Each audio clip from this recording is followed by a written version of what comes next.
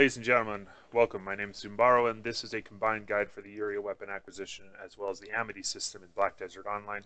The information in this guide is based on the CBT2 information and will be updated if it changes on release.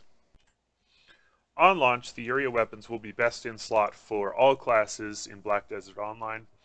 They can be crafted, but the easiest way to obtain them is through the previously mentioned merchant in Caltheon. It's important to understand the Amity system in Black Desert Online, as well as the benefits it has to offer. It gives us access to knowledge points that aren't available through other means, as well as items in certain cases. In the case of Renance here, we can see his Amity menu in the bottom left here. And I currently have an Amity value of 1, starting from scratch for the sake of this video.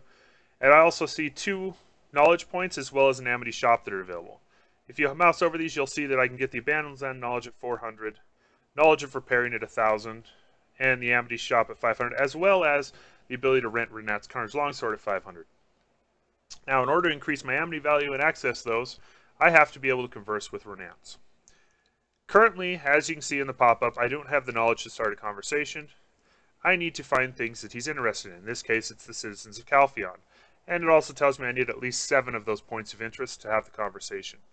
Also of note is that on the button here, there are 2 numbers, 2 out of 68. Those represent my energy cost per conversation as well as my current energy available. As we just discovered, I don't currently have enough points of knowledge to converse with Renance. So in order to do so, I need to go around and talk to the citizens of Caltheon and unlock their knowledge. As you can see by the map here, there are a lot of Citizens Caltheon points available. Although I only need 7 to converse with Renance, the more of those that I have unlocked, the easier it's going to be for me to maximize my value per conversation. So at this point in time, I'm going to go visit all of these nice white question marks and get all the knowledge around Caltheon that I can. Alright, as you can see at this point, I have talked to and acquired most of the NPC knowledge around Caltheon. All of it that doesn't require me to go well out of my way to acquire it by talking to NPCs all over the map. The other way that I can tell how much knowledge I've acquired is by talking to NPC, and as soon as we've acquired 1 piece of knowledge, we now have the interest knowledge status window over here. As you can see, I have 16 out of 18 points of knowledge that interest this NPC. That's plenty to go on with at this point, should make it easy to maximize our conversations. Alright, let's talk about the minigame for a minute. As you can see, I've already played it a couple of times, filled up a couple of segments around the circle here. For each one of those segments I've filled up, my energy cost to converse has increased. So once we click the conversation button, we get the minigame screen. The primary focus of the minigame screen is the constellation. The constellation has a number of nodes on them. Each one of those nodes can be filled with a topic of interest. Now, for each activation and each successful activation of a node, you are granted both a maximum favor value as well as an accumulative favor value.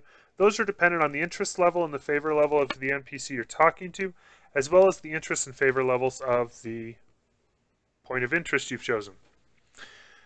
The chance of succeeding is based on the relation of the interest level of the interest point versus the interest level of the NPC you're talking to. In this case, the interest level of the knowledge point is only 3, while the interest level of my NPC is 24.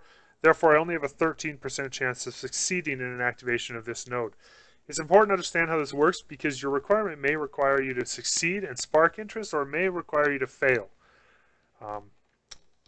Either one of those is easier or harder depending on how high your interest levels are on your main NPC. 24 is a relatively low interest level, which means that I will have a much easier time sparking interest or having consecutive successes at sparking interest than I will at failing. This is likely going to be a very hard game for me to fail in this time around, where if this interest level is closer to 50, I'd actually have a much easier time failing than I would succeeding. So if we just browse through my NPCs here, you can see I've got a number of 100% probably at 24, which I do. I actually don't have any zeros, it looks like, which is typical at 100%. So yeah, my lowest values as far as chance to succeed is probably my first NPC here at 13. The second thing of importance to realize and understand is how favor relates. My base favor on my NPC at this point is 39. And as you can see, every point of knowledge has a favor range. By subtracting the NPC's favor, so in this case 39, from the favor range values on this, I get the amount of interest. I get the amount of interest I can possibly gain, which in this case is 6 to 14. What that represents is 45 minus 39 gives me the 6 low value, 53 minus the 39 gives me the 14 high value. So for every success on this, I would gain an accumulated favor value of 6 to 14, plus any bonus for maximum favor granted. The higher your maximum favor when you achieve a successful node activation, the more accumulated favor you're going to gain. So think of the higher your maximum favor, the more bonus favor you gain for each additional successful activation. What this means is that you want to stack your highest possible interest gainers early on and then proceed to your lower ones later on. So let's go over that really quick with an example. Okay, I've gone through now and I've selected what I consider to be my 7 best points of interest for this conversation. I've actually chosen this one to start with. Only a 71% chance of success, but a high chance of 9 to 41 interest. It's not as important in every game to succeed on every node as it is to build maximum favor and accumulated favor level. So, for instance, 100% that gives me 0 to 1 might not be as important as, say, this 71% that gives me 9 to 41. I will start with him at the beginning, however, because if I do get a success, I want it to provide as much interest as possible to boost my maximum favor early on. But at the same time, I don't want to put it in the middle somewhere because I really want to string consecutive successes to end it. So now we'll look at some of my other ones, and we'll probably do some rearranging here. I think this is probably my next highest success leading into these two. So we'll want to swap him into here. So we'll remove those two for a second here. I do happen to know where they are, which will allow me to switch them.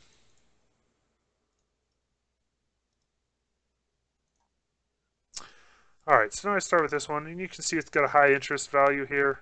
This is my next highest interest value at 100% success. The rest of mine will be 100% successes from here on out. These two are pretty close. I could swap them if I wanted to. I'm not going to, just for the simplicity of the video. Here's 100% with 0 to 1 interest. That's not really high. 0 to 5, 0 to 3. So we're going to swap some of these guys around. Just to maximize my overall gain here.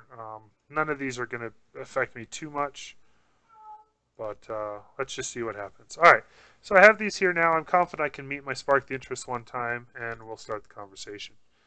You'll see I sparked the interest failure. Now I get this. My accumulated favor, my maximum favor wasn't very high to start with, and I'm not going to get too high. So I only reached to about 244. It rounds up, so you can see I've got 200 accumulated favor. My Amity gained is going to be 21. 200 to 209 would give me 21. If I'd managed to reach 210, I'd get 22. It's roughly the thing. Now, I'm going to choose to go again here. I'm going to get a new job. I'm going to get a new requirement. It's not going to consume my energy. I'm going to have a chance to gain additional Amity. So now I need to fail to spark the interest from Nats 3 times. With this low interest level right here, that's going to be really hard to do. So we may end up failing and losing out right here, but we'll try to keep it going, and we'll try to show you how it happens. If I did happen to succeed again, I would get bonus Amity on top of the 10%. So in this point, I'm going to want to probably just choose some of my lowest people. I'm not going to worry too much about Amity here. I have too many really high percentages to really take Amity in consideration. So we kind of really just want our best chance of getting 3 consecutive failures. In order to do that, I'm going to have to string together a whole bunch of really low percent chances here, which I've done. So now that I've strung together my lowest percent chances of failures, I'm going to choose some lower ones that have really high interest just to try to maybe get some interest if I do succeed here. So if I've got some lower ones, there's a 67.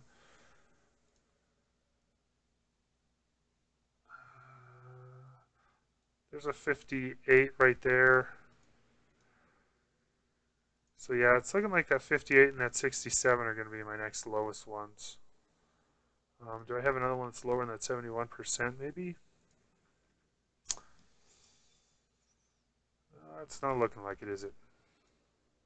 No. So this is about the best I can get. I've got some really low ones here. Hopefully I can fail to spark these trends. In this case, it doesn't have to be consecutive. So if one of these guys in the middle does succeed, we're okay. But we want to try to get to at least 3 failures here. 1, 2. There's 3 failures. So now we want to hit our successes. Maybe accumulate some favor here. And you can see there I got that really good favor roll there and did that. So you can see this time I had the 21 from before, which means I got a total of 29 Amity off of this one. That equals 10% of my current favor plus the Amity already gained as an additional. So 21 plus 8, I actually get the 29 off of this, plus the 21 game before gives me 50 total. So we go for one more. Now I get an accumulated favor of 133 or more. That's not too hard to do. I have enough here. My favor value would be nice if my favor value was a little bit lower. But just like my first one there, we can set up the exact same group again. And should make it. So we started with that guy last time. I don't think I had another really high interest one in here that had a percentage worth using.